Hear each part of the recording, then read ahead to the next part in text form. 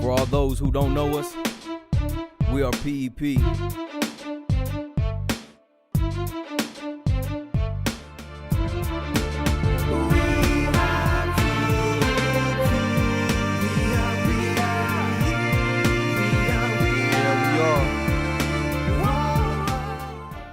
Testing.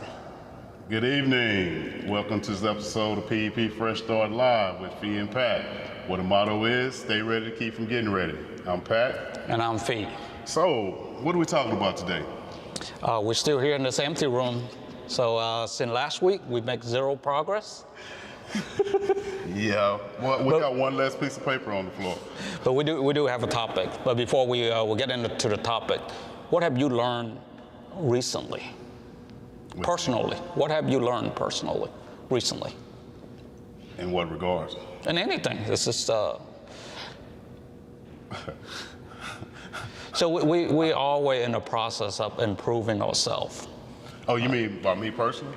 I mean that I think one of the most important things I've learned recently is I still need to listen, and I still need to learn in areas that I probably feel like or felt like I was ahead in, and that comes from interaction with a few people.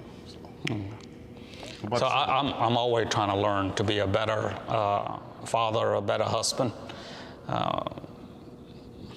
My oldest one is 11, my youngest one is 9, and it's kind of dawned on me over the weekend is I don't have that much time left to really making an impression in their life. And if I don't not force them to learn or force myself to learn, if I don't creating a path for them to kind of continue, I will lose it.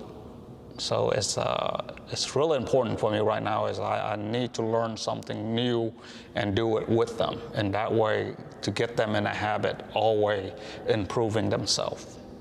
Okay, that's a pretty good insight though. So that leading to the topics. Personal brand and social network.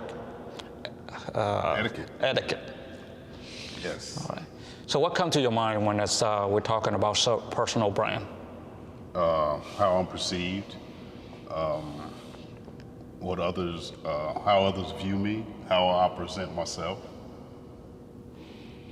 What was the most question that guys come up to you when they go through Leadership Academy, and one of the section in there is about personal branding? You remember any part of it? About the personal branding? Yeah. I think for many of the guys initially when they get into personal branding, I think because they've lived so long on reputation, and you start to talk about legacy, I don't think a lot of guys really understood that they had a brand that they'd already put out there. Yeah, naturally when you creating a brand for yourself, there are 4 elements. We didn't really specifically talk about the 4 elements in the Leadership Academy curriculum, but they are kind of embedded in there. So the first element is the importance of personal brand. Even though you really don't verbal it out, but everybody is understanding the importance of their own brand. Yeah. Right? I mean, why do you want a brand, or why do you want people to perceive you as a certain way? And even though other people are saying, you know what, I don't care what you think about me, but that is still a brand. Yes, and in essence they do, because if they didn't care how they was perceived, they wouldn't spend so much time living up to their perception. Exactly. So the second element is the characteristics of a brand. Right. To me, it's like character about yourself. What are some of your character? I mean, I think about integrity, I think about accountability. I mean, we can look right at the 10 driving values and find, a lot of it. Yeah, so it's, I've been a part of PEP, it's really easy to define and say, what is your value, what's your character, and you just throw out this 10 driving values. I mean, but even in throwing them out, they have to be something you stand on. You know, because if you don't stand on them, it shows in your walk as well. Yeah, so characteristics it is the second element. The third element is value. Is what do you value at? Relationships. Why do you value relationship? I mean, because, so I've been a relationship person all my life. And I think with our relationships, you're on an island and nobody can exist on an island. And even when it was negative relationships, those were still relationships. But having positive relationships, and when you have relationships, you're concerned with the growth and the well-being of other people as well, and that comes back. So yeah, relationships are extremely important. Yeah, I totally understand that, because a lot of time you come to a choice between, okay, you want to resolve in a money issue, or do you want to keep the relationship? Yeah. So if you value relationship, of course, you drop the money issue right away, and then you save the relationship. But not saving it means you continue the relationship with that person, but you don't break that relationship over the money, but you wouldn't let that person mess you over again. Right. That's a different. Right. Right.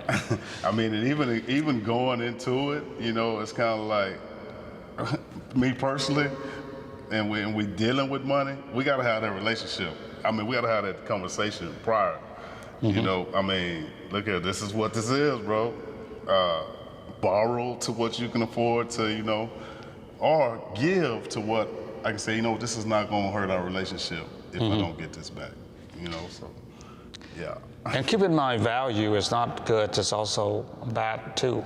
Yeah. What are some of the bad value that you Snitches get stitches. So yeah, that's a prison culture, right? So the value of prison culture is like you don't snitch. Right. I mean, even the word snitch is a criminal mentality word. The only place it exists in is in the criminal world. But it's the prison code, right? Yeah. Yeah. So that's crazy. You say that. So that really carry your brand also, what you value, whether good or bad, that's a part of the element of your brand. Right. And I like the last part of the elements of the brand is strategy. Because you don't become a most valued brand until you have a strategy that get people to think of your brand that way. Right. Like LV or Mercedes, they went through a lot of strategy and built it up to where their brand is. So individually, it's the same thing.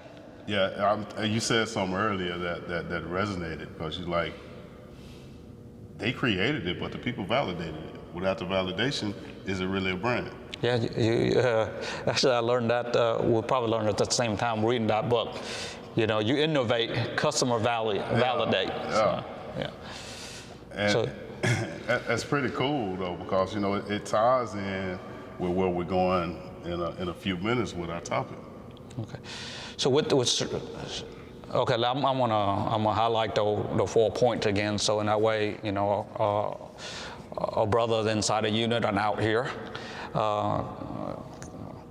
So the 4 elements of personal brand is the importance of it, the characteristic of it, the value, and the strategy, right? And on the strategy part, most people messed up on that one is when they joined the social media. They joined the social media. Okay. So before you went to prison, there wasn't a social media, right? No. No, actually there is. Well, there was not the social media we know today. There was social gatherings. Oh.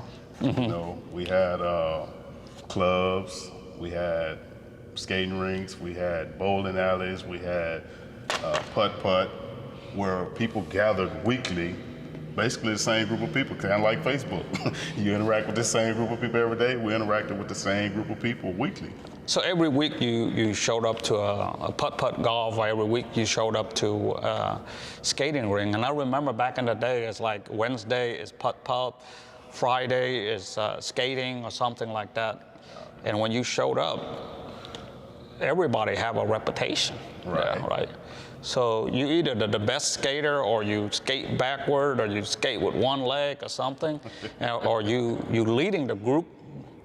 But then when you see that same person at a different place, and he doing something totally different from the other one, it's kind of like it shattered your thinking of that person. Yeah, I mean, he's on the skating rink floor, and he's spinning, and he's whirling, and he's twirling, and then you see him, and he's the nerd at school, and it don't fit what you've connected him with. You know, for me, there was a guy that was a really good skater, right? And I was like, oh, man, if I could be like that guy, I'd be great, because he's like, have a lot of people following him. Yeah. And then one day I went to a dollar theater, and he was in there cleaning the theater. He was just working there, and I was just like, man, you were so great over there. What you doing here, you know? Yeah, and your mind know how to connect that. So, story about skating. I went skating this past weekend, bro. And I tell you, man, if you haven't gone skating in over 35 years, don't do it. Did you fall? I fell twice. You know, I actually pay money to see that. I never gained. Did anybody take pictures or videos? Unfortunately, no. So even the person I went with didn't even see me, because it was one of those, you fall into a push-up and really pick up on people. Yeah, but it was interesting, but it was also a reminder, bro. It's not like riding a bike. You don't just get back on and ride. All right, so let bridge this personal brand with social networking. All right. Nowadays, when you're talking about social networking, people are thinking about Facebook, Instagram, LinkedIn, Snapchat, yeah. TikToks. TikTok, oh my God. All right, so all of those are different platforms of you promoting yourself. Right. Right. What is the number one common mistake guys getting out of prison do? The dirty mirror, no shirt picture, profile picture.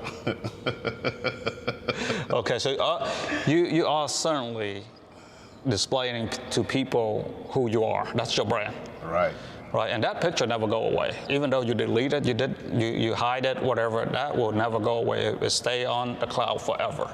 Yeah, you know, and it's not just the picture, it's the things you post. And people think because they delete them that they're gone.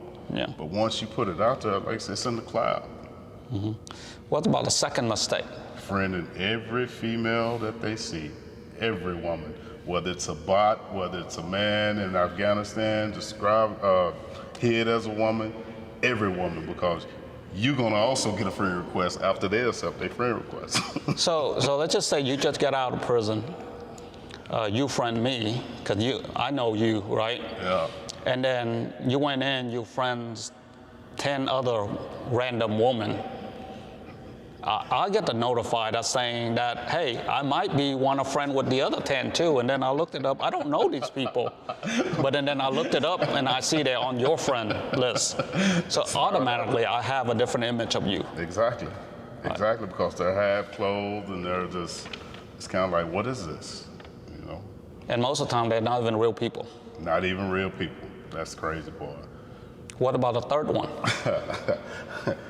I don't want to play Thug Life. I don't want to play Candy Crush. I don't want to send you lives to keep going on Candy Crush. But getting into all the games that's connected to social media. So most of the guys getting on there and play game, they thought they're playing the game by themselves. Yeah. But once they want to get to another level, they ask you to invite friends.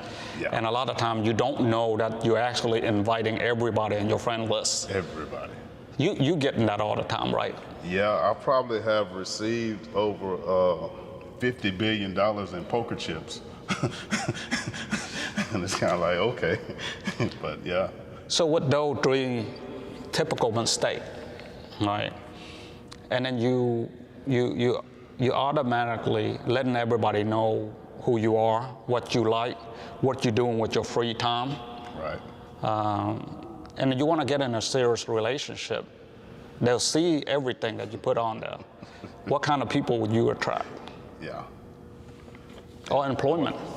Yeah, and that's a big one, the employment, especially when you're going to apply for a company who they themselves have a brand that they try to protect, and you're sitting there with HR and you're applying for a mid-level management up position, and they say, do you have social media? And you say, yeah, okay, log on and let me see. Yeah, that's a trap, because they ask you, do you have social media? If you say no, they know you're lying. Right. So automatically you weed yourself out of the selection. And then if you say yes, I say, oh, can I see it? Yeah. And now you have to, you tell them it's personal or whatever it is. Now you just weed yourself out of the pool, right? And then if you logged in, and then they get to see all of that. And then you check yourself out. Yeah. And even with lending, because I know me personally, and being connected with Untitled Capital, if it's somebody I haven't connected with in a while before I get on the phone or go visit them, I'm looking at their social media.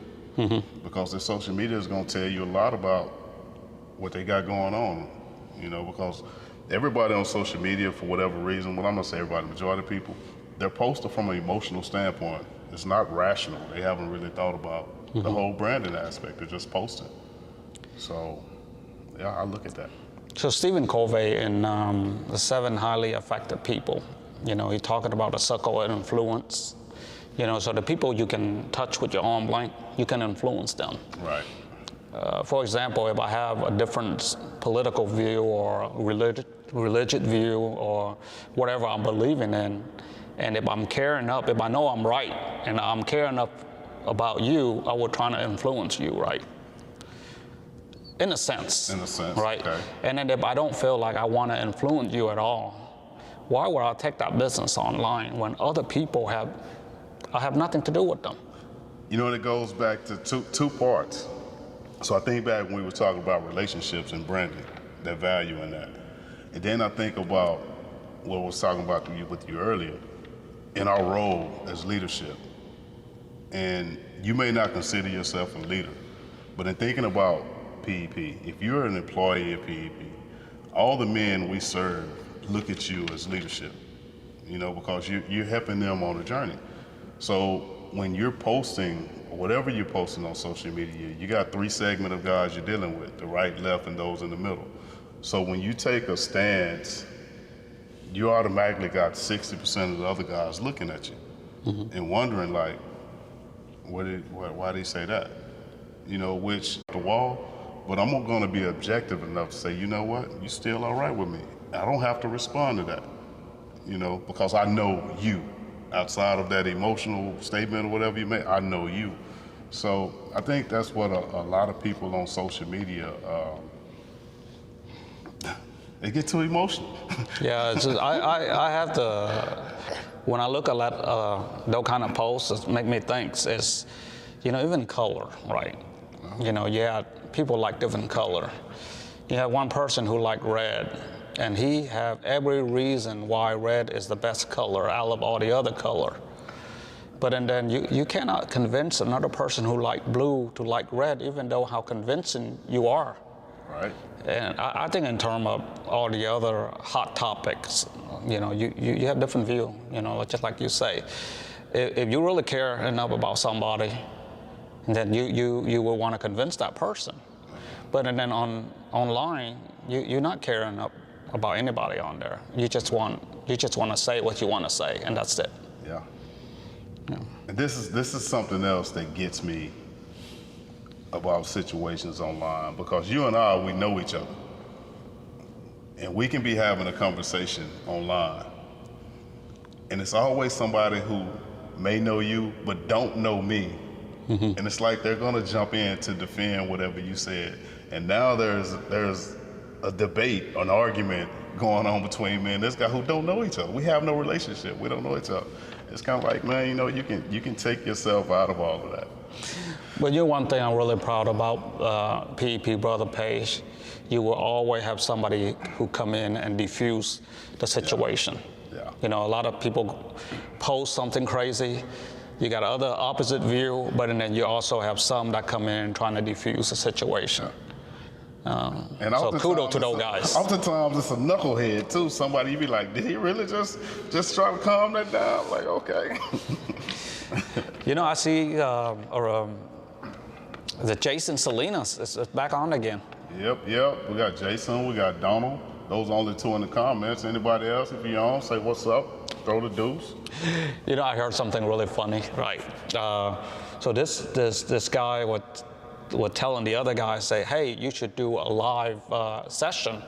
You know, he said, well, I only have like 90,000 subscribers. If I do a live session, I might have 3 people showed up. Right. I mean, but that's all it takes. You know, you start a fire, you can start a forest fire in one match. You know, just let it build. So this is a great topic. I enjoy talking about it and did some research on it. Yeah, I did too. So I hope you guys enjoy it as much as we are doing it. I challenge Pat on this.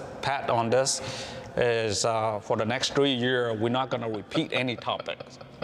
All right. So next week's topic is what's next week's topic? Next week's topic, man, we just talked about this. Hold on, don't tell me. Personal branding. Personal finance. budgeting. Personal budgeting. Yep. All right. We're going to have several internet tools for that also.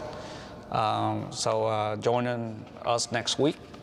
But before we go, I want to give you an update on a few things. Yeah. You want to start inside the unit? Okay, so inside the unit, we just instituted a new initiative with the guys where, as you know, we went to the team format. So one of the things we had them to do immediately after their draft, which they had their draft and they have their teams.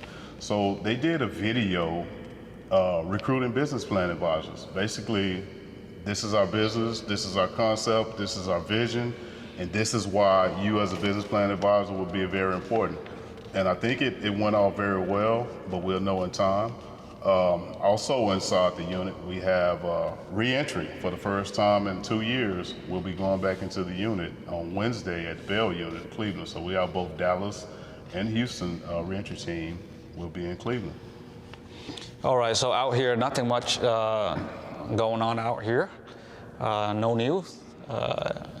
Everything going steady stage. Yes, most definitely is. Keep them live stream going. All right, Mr. Salinas, if you're the only person that show up every week, we'll be here. So, we owe you guys the blind date, so we should have one next week. So at this part of it, we're gonna show on a blind date, and then we'll close out. Okay. So like you say, we owe y'all. And I'm actually thinking that it may be time for me to do, you know what? I'm gonna do a blind date for Thanksgiving. So are you gonna be at Caleb for Thanksgiving this year? So I'm probably gonna make my rounds. Originally I was gonna be out of the country, but that changed. But that morning, a group of us are actually going to Georgia Brown to volunteer. So if anybody wanna volunteer with us, hit me up. I'll get you connected. But we're volunteering from like 5 in the morning to like noon. And then, I'll be Caleb most definitely. I've been at Caleb every year for like 11, 12 years now. I'll slide through Covington. Wherever there's food, I will be there. So Edison's, his sister and I, we're going to be in, I think in downtown, walking for the kids or running for the kids or something like that. So it starts at 7. Okay. Hopefully we can get, it's a 5K run, so hopefully we can get it done pretty quick and then go home and start cooking. I'm going to have to catch up with y'all, come down and cheer y'all on in that 5K. Yay! Well, we'll be walking. We're not going to be running. All right, fellas, so we're going to get ready to close out. Hello, Leah. Thanks for joining us. We're going to get ready to close out, fellas, but I want y'all to remember, man, we're on a mission to celebrate 1 million stories. And we still got time this year to celebrate quite a few. I want you guys to remember that freedom demands responsibility, responsibility demands accountability. So until we catch up with you guys again, peace. All right, we need to bring back Starbucks quiz on the next one. So next week, Starbucks quiz. See if y'all can get some of Pat's money. All right, have a good evening, everyone. All right, fellas.